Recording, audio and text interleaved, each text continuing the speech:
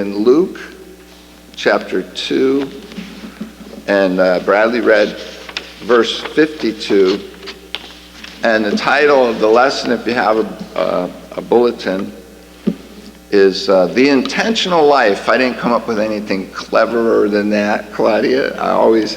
There was something else that was gnawing at me, and I never came up with it. The Intentional Life.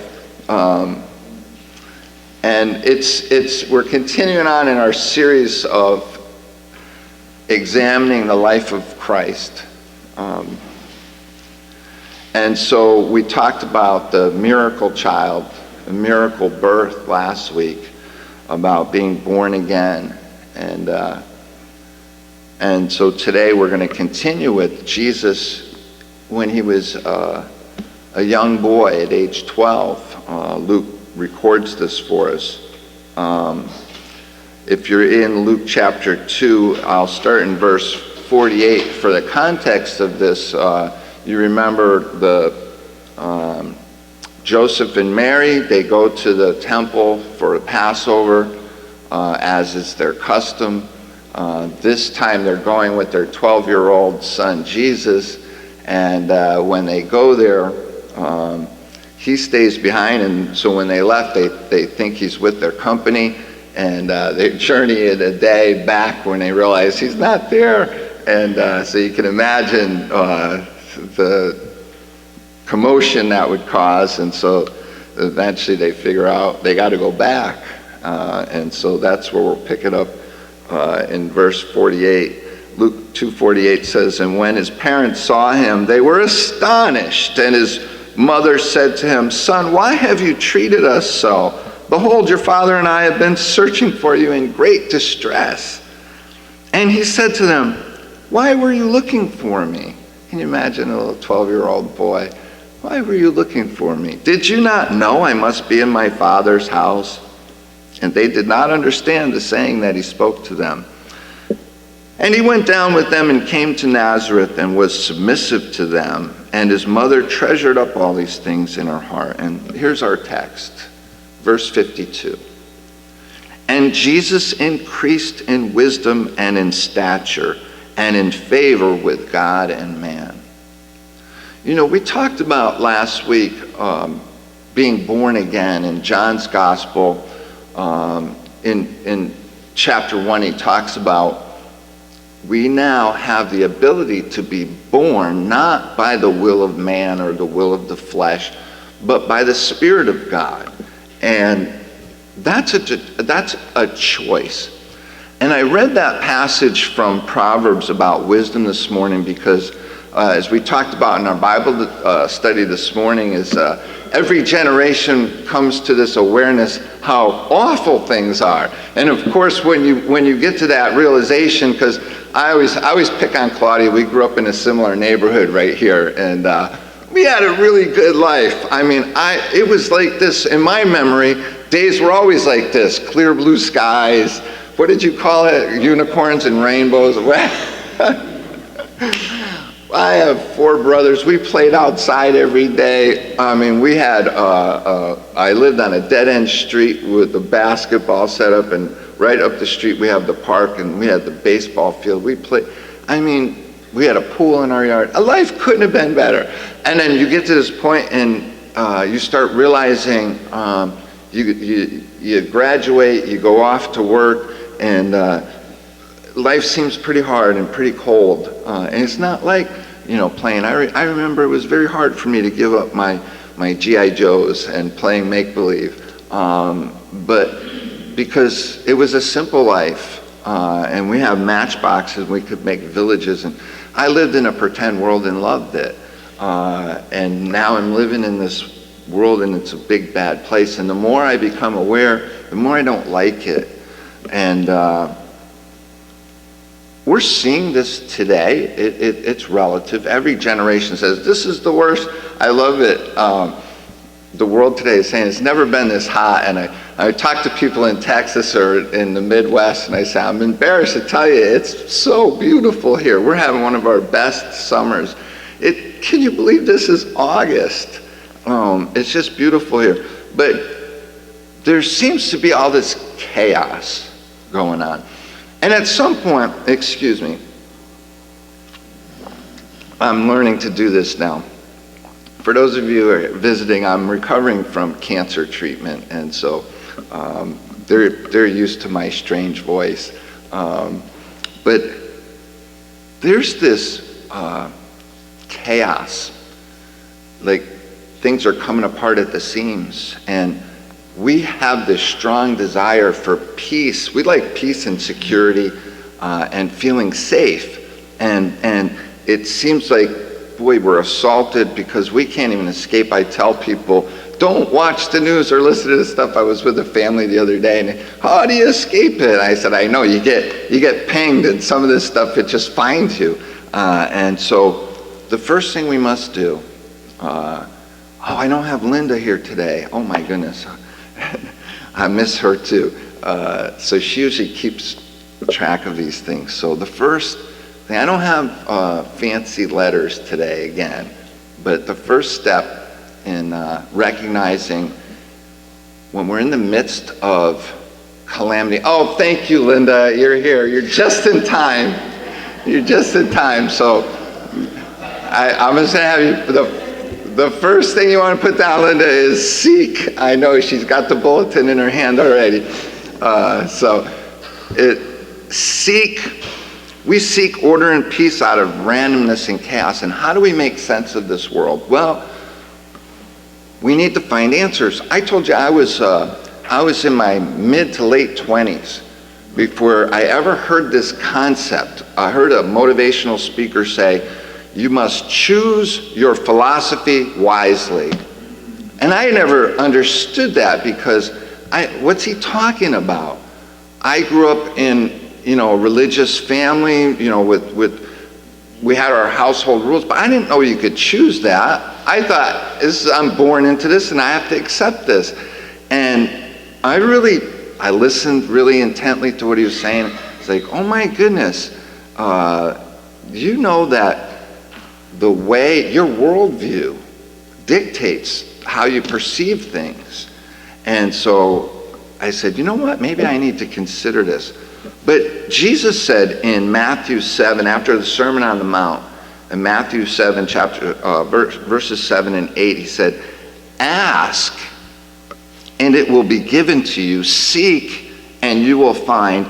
Knock, and it will be open to you. For everyone who asks receives, and the one who seeks finds, and the one who knocks, it will be open.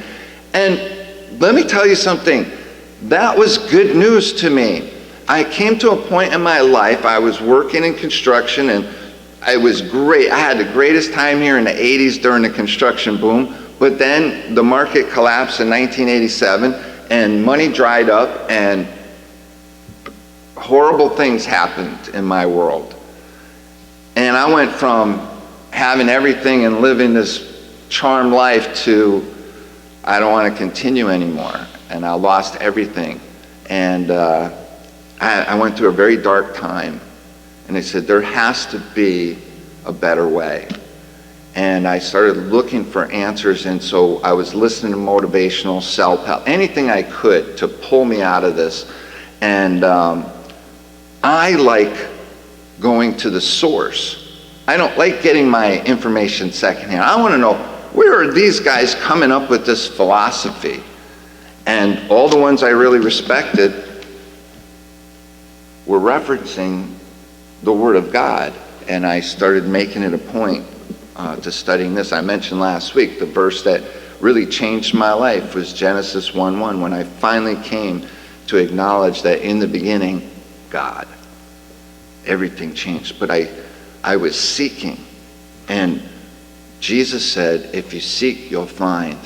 Well, that's good news. That's one of those great promises, because if I can't find the answers that make sense, I don't want to continue on in this awful place. Claudia read the verse for us this morning, this evil age, which applies to at any point in any time. And so at some point in our seeking, I had some good influence. I actually, before I became a Christian, I did start praying to God to send information and wise people in my path, to point me in the right. If you're there, man, I really wanted him just to peel back the clouds and say, "Yes, time, I'm here." If you would, but they did come, and but I heard someone else that I really respected say, at some point you've got to plant your flag. If you're going to be successful at something, you've got to make a choice. You have to make a decision, and you have to act. And these things had a profound effect on me. If you want a better life, you need to be intentional about that. And so Jesus was very intentional, and he was a pattern for us. So here's the thing that gets us in trouble. And this is why I wanted to be an encouragement today and remind us, I'm not telling you things you don't know, but the lesson today is really why we come here and gather around this table each week is to be reminded that the victory is secure for us already. And sometimes it's easy for us to forget that. The promises are grand, but we stray from those promises. And here's what happens. When we decide, when we choose. So, Linda, the first one was seek. If I had, if I was going to keep it with S's, I would say settle. As you seek, eventually you got to settle on something. But here's the thing when we choose. When you make a decision and you choose, now you understand, I did from God's word, that he has a purpose for me.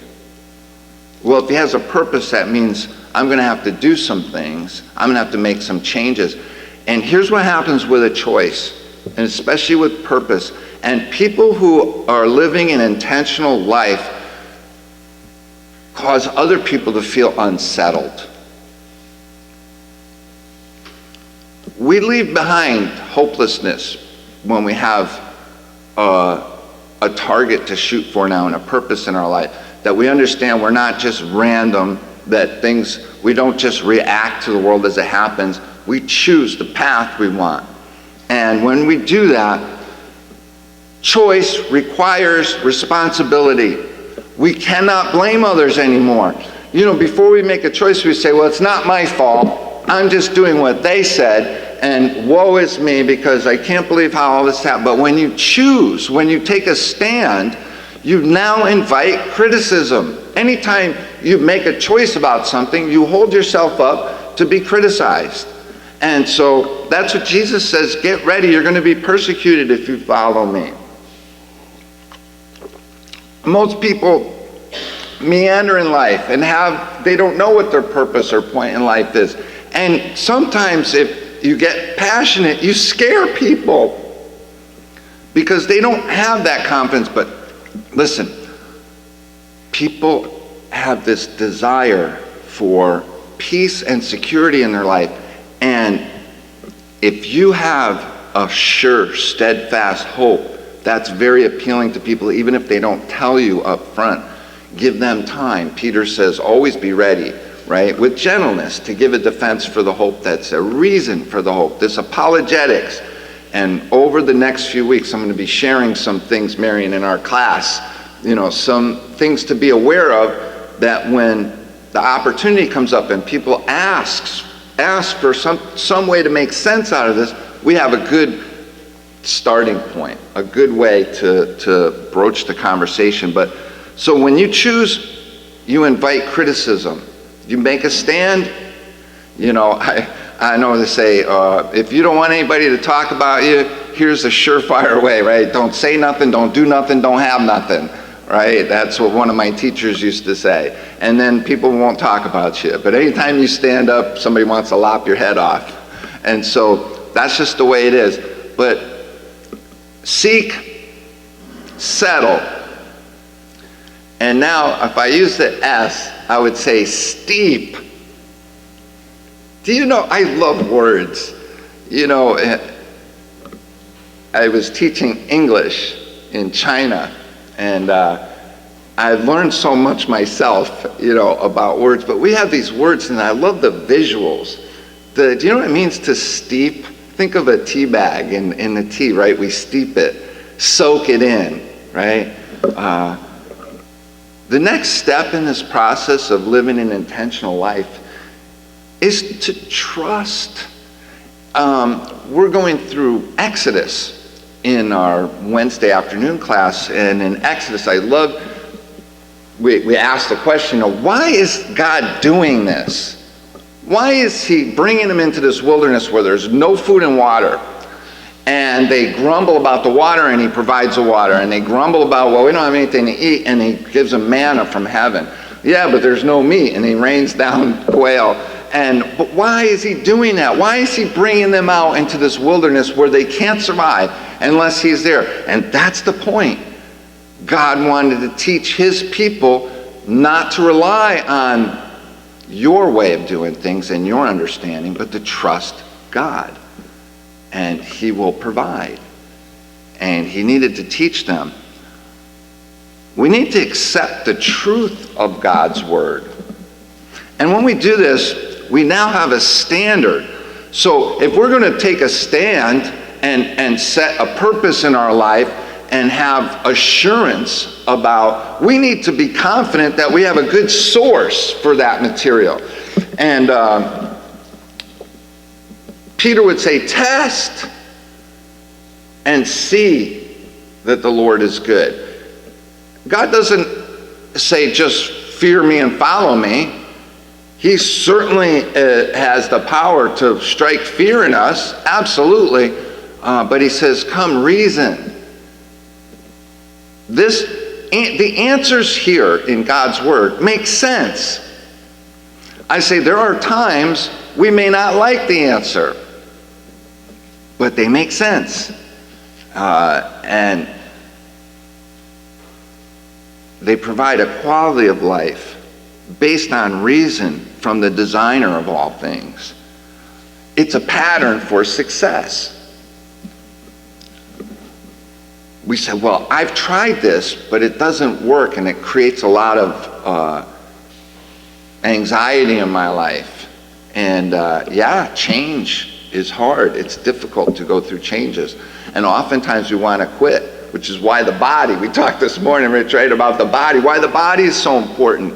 To have an environment that nurtures us and builds us up. Because so many times we're going to want to quit or backslide or go back to what we know. But listen to what in Luke 2:29, just back up a little bit.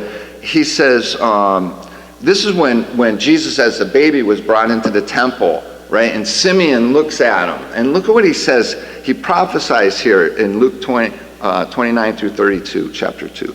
Lord, now you are letting your servant depart in peace according to your word. For my eyes have seen your salvation, that you have prepared in the presence of all nations a light for revelation to the Gentiles and for glory to your people Israel. What a beautiful acknowledgement. At the right time, God came. Emmanuel, God with us, came and revealed himself in the flesh so that we could know him and he would live this pattern for us. But we must grow up. And I didn't want to put that as the title. I didn't want to be too, because Q was starting our lesson in Galatians today, and that's strong enough. So I said, but, grow up. I had a friend of mine, her dad used to say to her a famous verse, and to say, suck it up, buttercup. And one of my teachers said that. I was like, oh no, I can't believe it. I think of so many things, ailments that we have now that we can be treated for, but in the past they didn't know. I met someone in their 80s in Montana, and she had just turned 80. She said, the last 10 years have been the best 10 years of my life. She grew up, she was gluten intolerant and never knew it. And they finally diagnosed it, and she changed her diet, and she felt, because when we were younger, they just said, they're growing pains, or suck it up, quit your whining. We had some real problems. I'm thankful for the technology today. But in this theme. Here's one that you know really well. I'm going to give you this illustration from Jesus in John 15, and then we're going to use the illustration. We'll end on Peter. John chapter 15. It's, again, one of these very familiar passages about Jesus using this imagery of the vine and the branches. In John 15, 1 through 8, he says, I am the true vine, and my Father is the vine dresser. Every branch that does not bear fruit, he takes away. And every branch that does bear fruit, he prunes. Right there, we're told we cannot be complacent, like the Proverbs said. I had a teacher in business. He used to say, there is no coast. You're either growing or dying. He says, look, if you don't bear fruit, you get taken away. And if you bear fruit, I'm going to prune you. Welcome to the intentional life. He said, I'm uncomfortable. Yeah, well, you're going to learn to love it. You're going to learn to know the joy of bearing fruit. So he says that it may bear more fruit. Verse 3, already you are clean because of the word that I have spoken to you. Abide in me, and I in you. As the branch cannot bear fruit by itself unless it abides in the vine, neither can you unless you abide in me. I am the vine, you are the branches. Oh, if we could remember that part of it. Whoever abides in me and I in him, he it is that bears much fruit. For apart from me you can do nothing. If anyone does not abide in me, he is thrown away like a branch that withers, and the branches are gathered and thrown into the fire and burned. If you abide in me and my word abides in you, ask what you wish and it will be done for you. By this, we had this banner, by this my Father is glorified, that you bear much fruit and so prove to be my disciples. Jesus expects us to grow up. And I wanted to use Peter as an illustration because I've been fascinated. I tell you, I share with you guys, I'm so fascinated about the relationship of the apostles and the dynamic of them as we're reading through Acts and the letters. And Peter, we always say Peter, oh, here goes Peter again, he's going to say something. But you think about this, Peter may be the oldest of the group of the apostles. He's a very respected businessman. He's a fisherman. He knows his trade. I was in the trades. I worked for a Peter type. And I always say I can imagine when Peter's brothers come to him and say, we found the Christ. I could see Peter standing there. Oh my goodness. I'm not going to get any work out of these guys until I go settle this for them. So let's go to another one. Because they had done this before.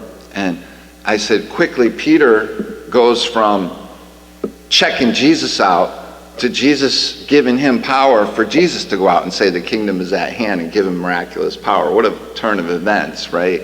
But in Matthew 16, we had this really, and this is common with Peter. If you are just surveying the life of Peter and his trials, because I want to give us hope. Again, this is an encouragement for us that Peter, the apostle, who gives us so much, who went to the cross for Jesus. Jesus at one point says, who do people say that I am? And he gets to the point in Matthew 16, in verse 15, he said, well, who do you say that I am? And watch this in verse 16. Simon Peter replied, you are the Christ, the Son of the living God.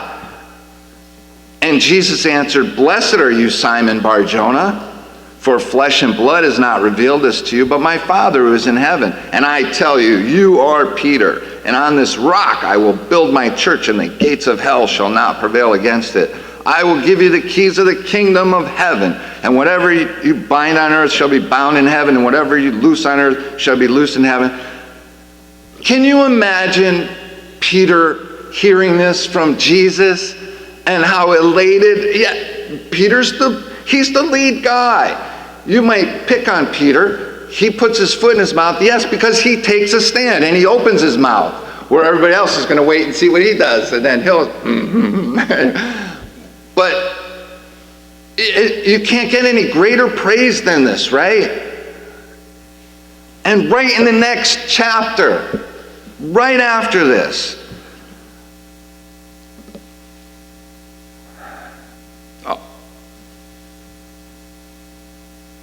Jesus foretells his resurrection, well, his death and resurrection. Peter took him aside. This is verse 22. This is in the same section, right after this. Matthew 16:22. And Peter took him aside and began to rebuke him and say, "Far be it for you, Lord. This shall never happen to you." Jesus is saying, "I'm going to go die." And Peter says, "Not on my watch, you're not." And Jesus, he turned to him and he says, "Get behind me, Satan.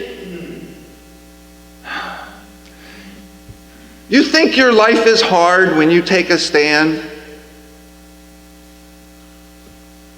Jesus, who Peter has left everything to follow, goes from the height, the best praise in the world, to being called, "Get behind me, Satan."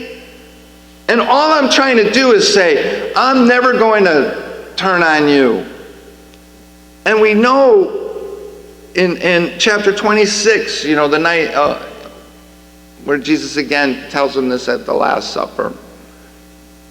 Matthew 26:33 through 35, Peter answered, "Though they all fall away because of you, I will never fall away." Jesus said to him, "Truly I tell you, this very night, before the rooster crows, you will deny me 3 times. Peter said, "Even if I must die with you, I will not deny you." And all the disciples said the same thing. What I'm showing you is, look, boy, we get discouraged. I love motivational speech. I need a lot of encouragement because I get discouraged so fast. I'm so easily discouraged. I mean, you don't know that. You get to hear me and But that's why I say, Q, I know he gives me a hard time about this. I say, life is hard. It is hard. But, oh my goodness, when you accept that, what does Jesus do after Peter do after Jesus' resurrection? He goes back to what he knows. And I say in Tom's paraphrase version, it would sound something like this. Jesus is walking on the shore and he sees Peter. He's back in the boat. He's back working the business. He's out fishing. And if it were me, it'd probably look a little different. I'd say, Jesus calls out to me. They're fishing. They're not having any success. And Jesus, hey, just throw the net on the other side. They don't recognize him, right? And then they get this huge catch. And you got to realize that Peter's like, oh, I can't believe it. He got caught. And I can imagine if it were me, in my circumstances with my crazy boss in construction, it's like, Peter, if I ever catch you out fishing again. When Jesus first encountered Peter in the Gospels, he said, I'm going to make you fisher of men. And now he's, Peter, I don't know what you're doing out here fishing, but don't ever let me catch you out here again. I told you what your purpose is. And this is where, when they get on shore, and he takes Peter aside and he says, Peter, do you love me?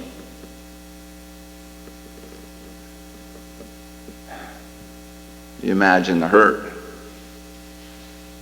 course, Jesus, Peter, do you love me?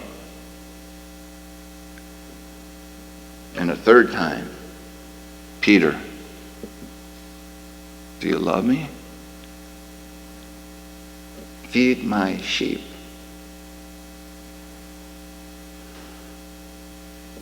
We have a purpose. God made us for a purpose. And when we recognize that purpose, we also have to recognize it's not an easy path. I want us to be encouraged by the example from Peter. And you might say, well, Peter never turned after that point. Oh, he did. Paul caught him one day being a hypocrite and called him out in front of everybody. How well will you do when a brother or sister calls you out? Proverbs would say over and over, a wise man accepts rebuke, but a fool invites a beating. We don't take criticism very well, do we? We get discouraged very easily. We have these documents here for our upbuilding. And I wanted to remind us, you can be like Peter. And Paul, over and over again, he says, follow me as I follow Christ. We do need examples. We do need strong people. But you know what? Brothers and sisters will let us down. I'll let you down. You don't put your faith in me, but I understand. I accept. I stand up here. I should strive, right? Strive to be better. But ultimately, our goal is to get to know Jesus and learn from him and listen. And when we have these trials and these setbacks, we don't quit. We walk in the light as he is in the light, and he will never leave or forsake us. The intentional life is not an easy life, but it's worth it. Oh my goodness, the reward couldn't be greater. It's heaven itself. So I hope that's an encouragement to you today. If you struggle with choices and it seems difficult, we learn from these. If you don't ever get called out and you don't make mistakes, how would you ever learn? I learned to enjoy the downtime because I understood to be successful, you got to go through it. And so when we accept, then it's easy. And then I want to be like Paul, where I can be content in all circumstances. And I hope that going forward in the future, I get better. When you point something out and criticize me, I don't put the shield up right away. I accept it and say, how can I do better? How can I get better? If there's prayers that you need or encouragement in this area, we have an invitation song that we'll sing, and you're welcome to come forward and make that known, and we'll offer up a prayer for it.